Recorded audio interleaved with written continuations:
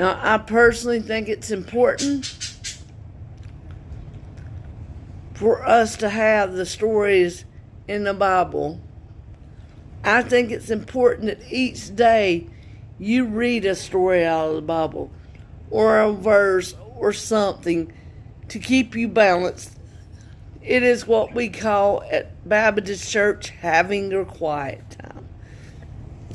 The difference is I read a story or I read a verse or I summarize, because 3 chapters worth of reading is very difficult.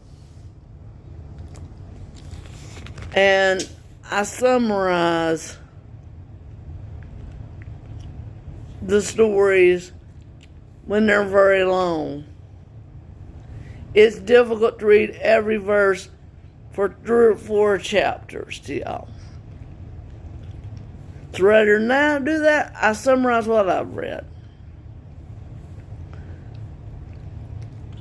So I hope that you will read 16 through 18 yourself, Genesis, and you will sit down and take the time to read them.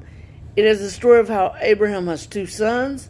One is the Jewish father of basically the Jewish nation, Abraham, and his ancestors all become the Jews to modern times. Where Ishmael goes to, I don't really know.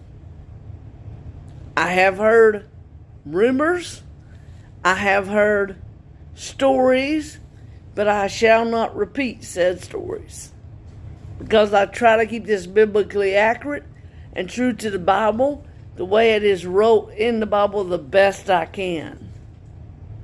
And when making my summaries, I try to keep close to what God wrote, because what God wrote is accurate, it is true, and the Bible is not wrong.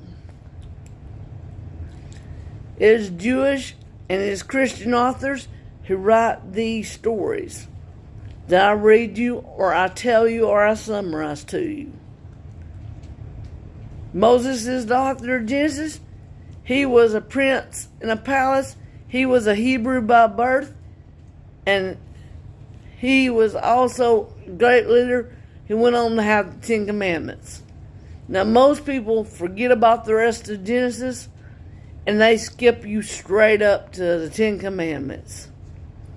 But I don't think we should stop the Bible there. I'm going to try to find a story in Genesis to go tomorrow, or a verse, or verses. Now, next thing is